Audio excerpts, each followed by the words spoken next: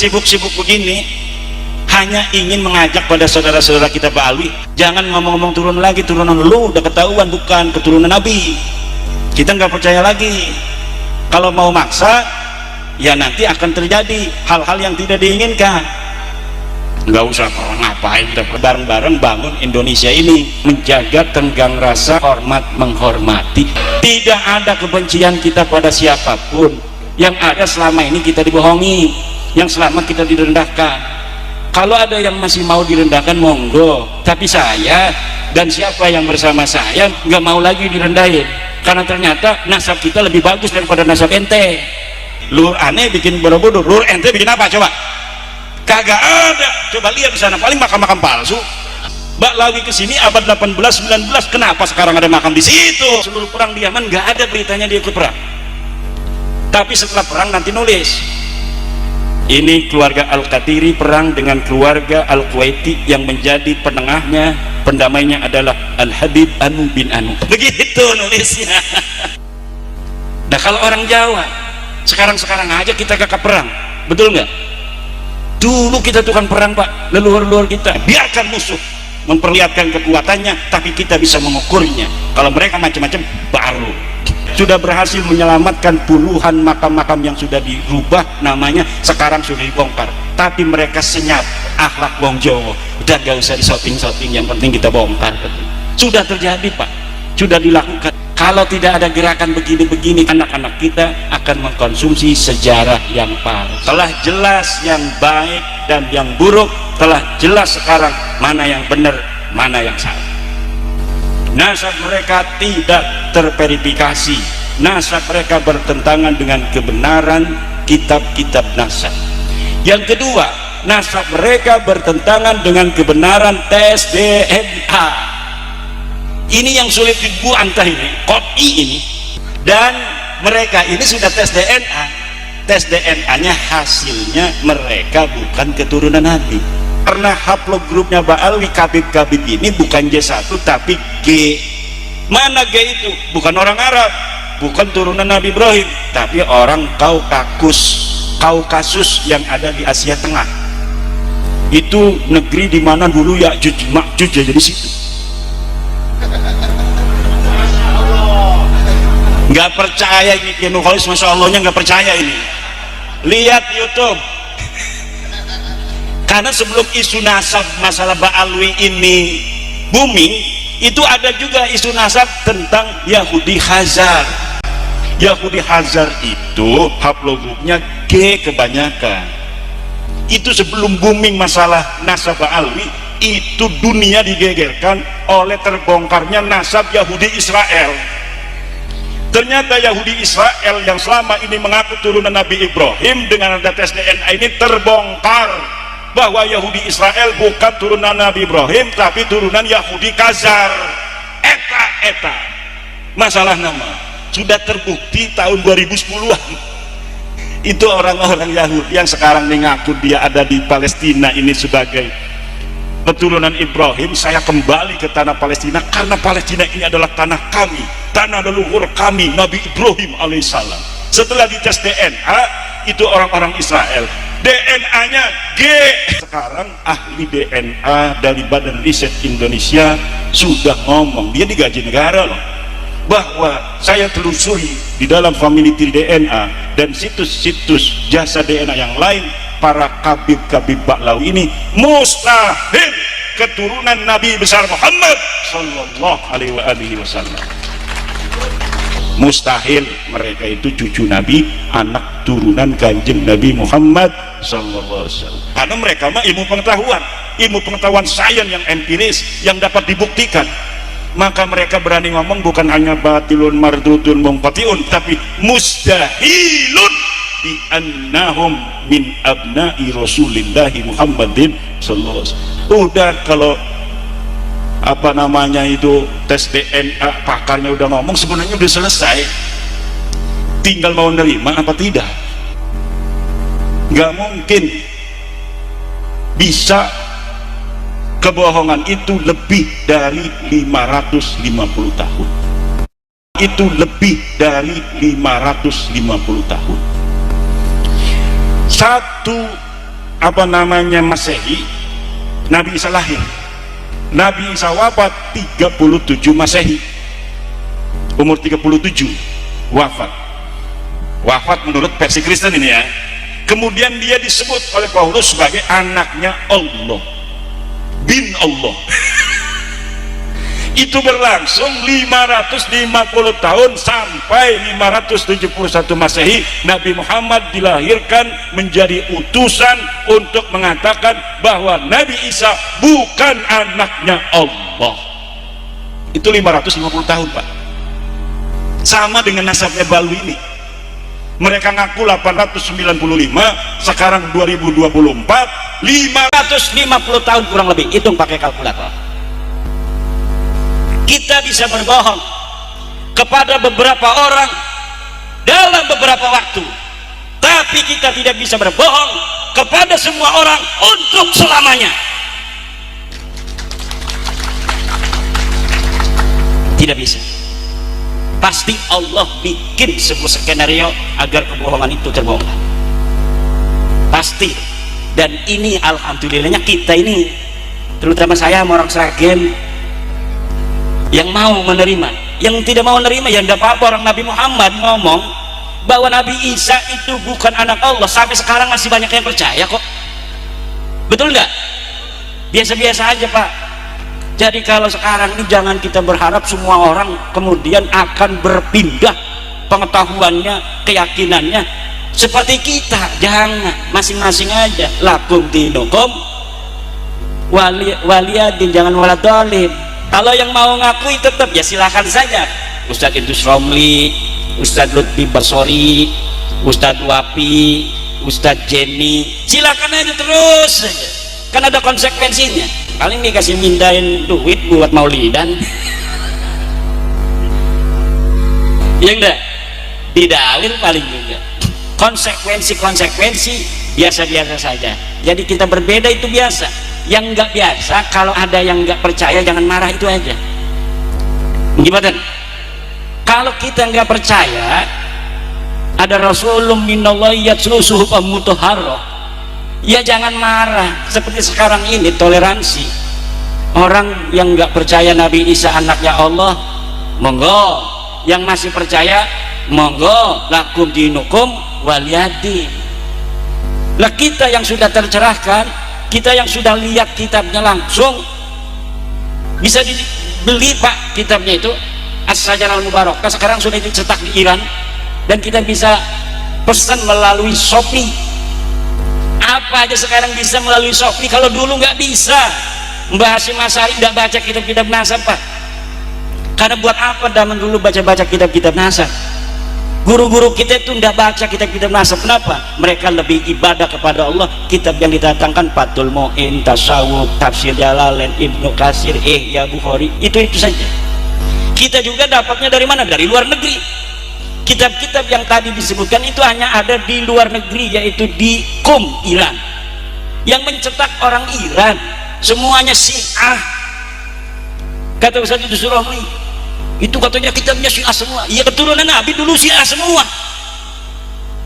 Turunan Nabi dari Husain itu sampai abad 5 semuanya Syiah. Makanya aneh, ada Ubaid katanya dia orang madzhab Syafi'i di abad ke-5. Bohongnya ketahuan. Karena seluruh turunan Nabi dari jalur Husain semuanya adalah mereka jadi imam-imamnya, mereka jadi pemimpin-pemimpin Syiah. Bagaimana kita mengetahui kitab-kitab nasab kalau bukan mereka yang nulis? Yang nulis mereka orang-orang Syiah. Abad ke-6 baru dari Ahli Sunnah wal Jamaah, namanya Imam Fakhruddin Ar-Razi mengarang. Itu walaupun dia Ahli Sunnah, tetapi dia adalah muhibbu ahlil bait, dia pecinta ahli baitnya Nabi. Makanya dia mencatat seluruh keturunan ahli baitnya Nabi. Itu mulai dari situ ada orang-orang ahli sunnah yang menulis nasab para keturunan Nabi.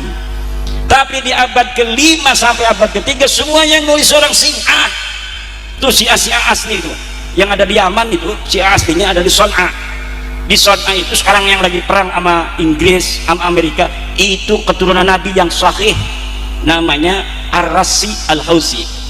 Jadi dulu pemimpin seluruh orang Yaman namanya Ar-Rasi, Qasim Ar-Rasi. Dia penguasa di Yaman, turunan Nabi dari Jalal Husain, kemudian berketurunan sampai sekarang. Ya kalau ada perang di depan, itu orang-orang Hausi sekarang yang menguasai Yaman, kalau perang di depan. Kalau Ba'alawi nggak ada di dalam ceritanya itu. Dia perang, seluruh perang di Yaman nggak ada beritanya dia ikut perang. Tapi setelah perang nanti nulis, ini keluarga Al-Qatiri perang dengan keluarga Al-Kuwaiti, yang menjadi penengahnya, pendamainya adalah Al-Habib Anu bin Anu. Begitu nulisnya. Padahal tidak ada yang begitu-begitu. Itu bisa dibuktikan di dalam kitab-kitab sejarah Yaman. Nah kalau orang Jawa sekarang aja kita gak perang, betul nggak? Dulu kita tukang perang Pak, leluhur-leluhur kita, apalagi orang Soloraya, waduh perang dulu, dikit-dikit perang, pengen ganti bupati perang. Itu siapa? Joko Tingkir sama Aryo Penangsang perang, Suto Wijoyo itu perang, segala macam itu perang-perang dulu. Makanya kita ini alhamdulillah sekarang negaranya Indonesia. Jangan sampai Indonesia ini bubar, karena dengan Indonesia ini kita aman tentrem. Sampai kita bisa bikin pondok dengan aman tentrem ini karena aman. Kalau dulu kita baru kita bikin pondok aman 5 tahun ya kan, kemudian datang panggilan jihad. Wih katanya ada provokator datang, ini katanya Aryo Penangsang telah membunuh Pangeran Anu, kita ini berarti jahat, kita harus hancurkan. Ikut lagi tuh orang Seragen. Ini enggak kiai ini, Kiai Riyad ini kalau adanya di zaman Suto Wijoyo segala macam, ini nggak bisa bangun ini karena orangnya ketahuan pengennya gerak aja, pengen perang, pengen berjuang. Ini yang datang semua orang yang pengen berjuang semua, apalagi Banser sama Laskar Sabilillah. Orang lagi aman aja tadi ngomongnya tuh nyanyinya, kami siap mati. Kenapa orang lagi aman begini kok ada polisi, ada tentara?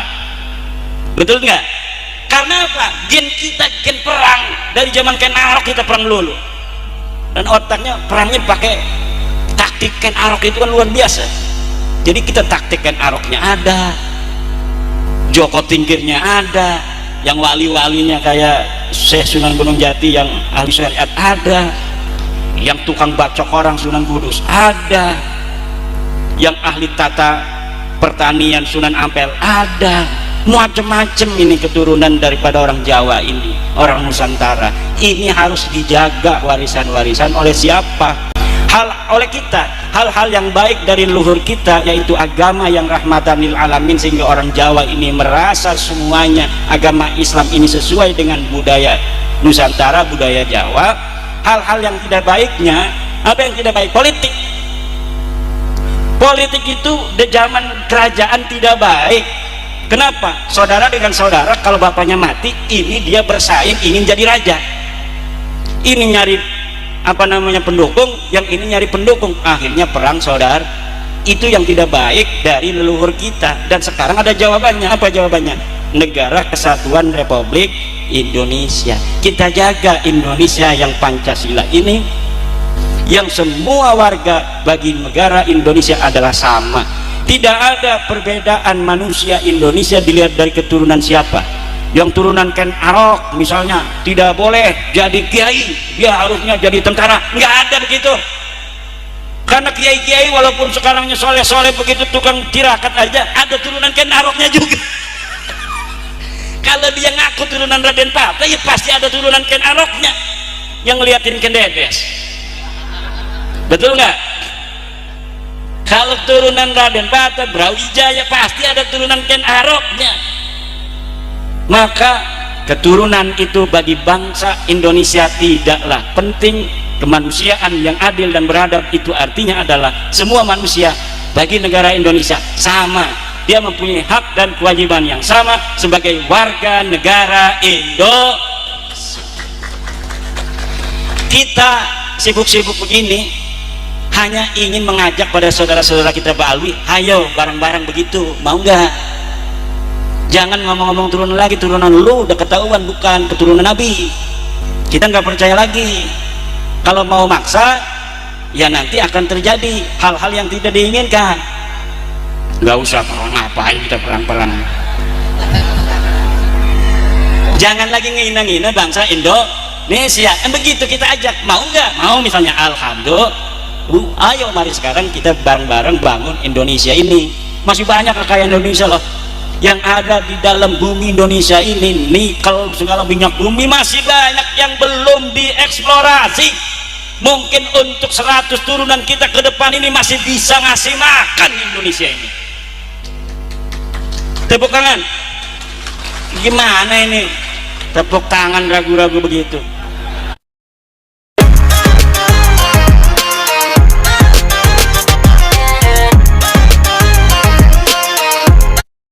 Tangan ragu-ragu begitu. Dia mikirnya mati dia. Tuh 100 turunan saya masih hidup, itu nggak bakal turunan kita. Ini yang ada di dalam tanah Indonesia ini, Pak. Ini kaya raya, ini negeri surga. Indonesia ini negeri surga. Jangankan daratnya, lautannya itu banyak minyak. Bahan dari untuk membuat nuklir itu ada di Indonesia. Kalau orang Indonesia bikin nuklir gampang, kita nggak perlu bahan dari luar, dari dalam negeri Indonesia ada. Minyak kalau hanya untuk memenuhi kebutuhan masyarakat Indonesia saja udah cukup. Padi kita makan cukup. Seragen kurang, banyak tuh di Banten tuh sawah, bisa dikirim ke Seragen. Kalau misalnya kurang, di Kerawang paling banyak itu sawah, sampai ada peraturan tidak boleh membangun bangunan di sawah, dan sangat dipersulit kalau jual sawah itu di daerah Kerawang. Itu dalam rangka ketahanan pangan. Untuk apa? Untuk menjawab demografi penduduk Indonesia yang semakin bertambah. Tetapi insya Allah kita yakin Indonesia penduduknya berapapun, tanah kesuburan Indonesia ini akan mampu untuk memberikan oleh Allah makan untuk seluruh bangsa Indonesia. Kalau ada bangsa lain yang mau ikut sini, silahkan, monggo, sesuai dengan peraturan Negara Kesatuan Republik Indonesia yang sudah menjadi warga negara Indonesia. Tetapi yuk bareng-bareng kita menjaga tenggang rasa, saling harga menghargai, hormat menghormati. Itu saja, betul tidak? Tidak ada kebencian kita pada siapapun. Yang ada selama ini kita dibohongi, yang selama kita direndahkan. Kalau ada yang masih mau direndahkan, monggo. Tapi saya dan siapa yang bersama saya nggak mau lagi direndahin, karena ternyata nasab kita lebih bagus daripada nasab ente. Ente banggain nasab, ternyata nasab ane lebih hebat dari nasab ente. Nasab kita raja-raja di Nusantara, nasab ente nggak ada. Saya lihat kagak ada apa-apanya. Mi'raj 70 kali bohong, nggak terbukti. Katanya mustahil, kagak ada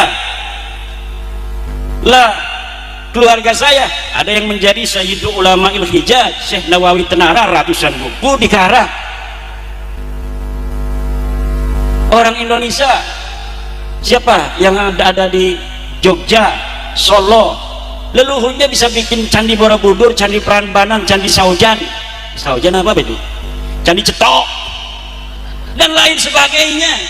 Itu susah tuh bikin begitu tuh. Gairiyah jangan sembarangan tuh. Gairiyah bisa bikinnya musola begitu doang, dari batu dong leluhur kita.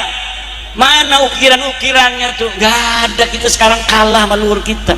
Leluhur kita ini luar biasa, bukan hanya raja tapi dia ahli pahat-pahatan. Kita bukan mahatin batu-batu supaya indah, cuma ngejaga saja Borobudur sampai ada yang ngebom tahun 80-an tuh. Walau kita agama sudah berbeda, kita sekarang agamanya Islam, dapat hidayah dari Allah, tapi warisan leluhur tetap harus dijaga sebagai bukti kebesaran daripada leluhur kita bangsa Nusantara. Kita tinggal bikin, leluhur aneh bikin Borobudur, leluhur ente bikin apa coba? Kagak ada. Coba lihat di sana, paling makam-makam palsu.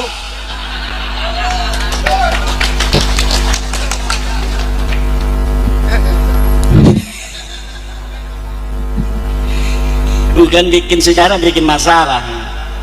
Tapi sekarang alhamdulillah sudah banyak yang sadar. Sekarang makam sudah nampel, itu yang dirubah-rubah secara secara cagar budaya. Sekarang mulai orang-orang Surabayanya ada respon, Lah kalau orang Banten yang ngerespon ya walaupun masih ada ikatan keluarga dengan Sunan Ampel, kejauhan bos, ongkosnya aja itu mahal bos di sana, apalagi pakai Dexlite.